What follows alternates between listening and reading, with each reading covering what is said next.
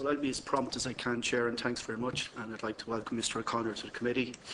And just to preface what I have to say is that I think I hope he's aware that my opposition to his appointment is not any personal matter. I have no doubts as to his own personal and professional integrity and his credentials.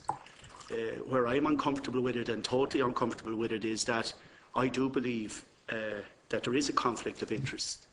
Not a personal one where you would take personal advantage or personal gain, and I think this is where we're losing sight of it. I think that the definition, the dictionary definition that you read out at the start is probably in keeping with Minister Rabbitt's definition of there's no conflict of interest. In fact, he has probably categorised my concerns in that regard. He referred to it as woolly-headed nonsense. Now, I'm not too woolly-headed, as you can see, and I'll try not to be too nonsensical. But as you're aware from planning, Mr O'Connor, there is an issue which we have to take into account in planning terms, the cumulative effect of what's proposed, and the accumulator of the whole question of you're not the only person who's in play here. You are coming as someone who knows the inside out, with great expertise and knowledge over a long period of time, the workings and the machinations of EirGrid. But you're not the only person in play in this very fundamental and strategic planning process that is now exercising virtually the entire country. Because we have also former senior executives at the highest level, and out of respect for the chair of the committee, I'm not going to name people who aren't here to defend themselves, but I could easily do because it's only a statement of fact and I'd gladly do it outside, but out of respect for process I won't. But we have senior executives recently retired from EirGrid who have moved on to the boards of private wind farm development companies. We also have a situation where the chair of another state agency, Sustainable Energy Ireland, which advises government on energy policy, on the board of another private wind farm development company. So the public are losing confidence in a process where they feel that the deck is already stacked against them with what they see as the convergence of an old boys network and an inner circle and a circle of friends, which individually may not amount to a personal conflict of interest, but the cumulative effect is we now have people who have worked hand in hand and hand in glove with each other over a long period of time. And I recently attended an on-board Penala EirGrid hearing in Portlaoise, which went on for 6 days. And the ordinary residents of Rathneska and Timahoe, housewives and farmers and rural residents, were ranged against 21 members of a legal team and technical experts, all with the resources of the state at their back. And now we have the former chair of On Board Penala joining that team against housewives and farmers who already have good grounds to doubt the integrity of the consultation process. And just for the record, Mr O'Connor, I have to say to you that I started out engaging with EirGrid about 3 years ago. In fact, I was defending the development of the infrastructure and defending that we had to invest in order to create jobs and sustain economic growth. But I cannot believe the manner in which I was deceived. The consultation process, I can assure you, amounts to a grand deception. Without any integrity, I was personally misled on a number of significant points, to whereby the goodwill and reputation that the ESB had built up with the rural communities over decades is now squandered. I would not believe the Lord's Prayer out of an EirGrid senior management official at this stage.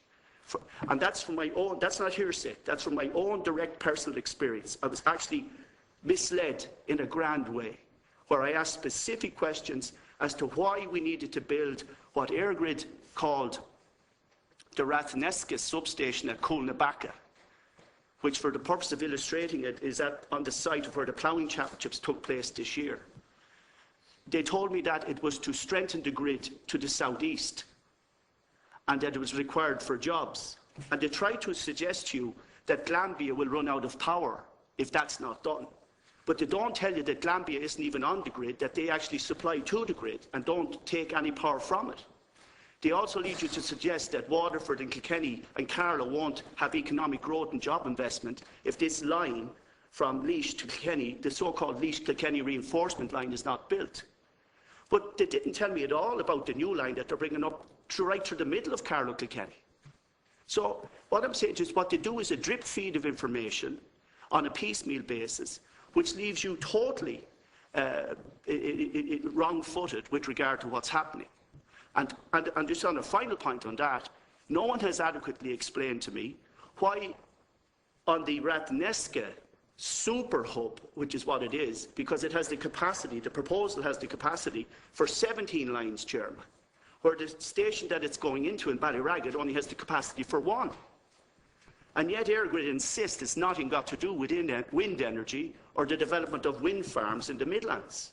And yet we do know that, as I've said at the outset, there is a conflict of interest abroad, not necessarily in relation to yourself, but with all these senior executives swapping chairs and swapping positions on related bodies that have ultimately the decision-making capacity to drive this forward and access to the Minister and the Department to do so. So that's my first point. That's if you just... I'll be brief, Chair. The other thing is that in terms of upholding best standards and best international practice, I would have to respectfully suggest that EirGrid do not do that, but neither in the past, and unfortunately, Mr O'Connor, on your watch, would I suggest that on board Penala, in terms of planning, upheld best international standards. I believe the period from 2000 to 2011 represented some of the worst planning excesses that has blighted our towns and cities. And I think that if the financial regulator was asleep at the wheel, so too was on board Penala as the planning regulator. I cannot believe that we built a motorway the length and breadth of the country, all the way from Dublin to Cork, and we didn't even put a toilet or a filling station on it. And that's regarded as exemplary practice and exemplary planning. And now we're having to go back and undo that harm. And finally, Chair, just to make your point, I'd like to ask the direct question to Mr O'Connor. Does he have an open mind that what we do now actually need, so that we can try in some fashion, because I don't know why EirGrid are looking to double the capacity of the grid. I don't know what the grounds for that. I mean, are they expecting an economic boom that no one else knows about? Because I can't see, and we need to upgrade the grid, we need to strengthen the grid, but to double its capacity for a country of 4 million people, we're not Germany. And I do think that it is a Trojan horse for private wind farm developers.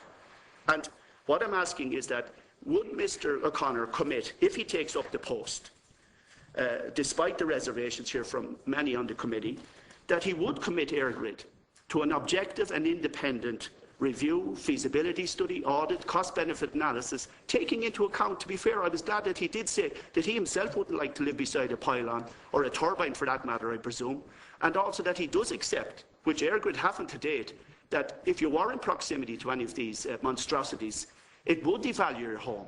And that has to be taken into account and not just brushed aside. Thanks very much, Chair.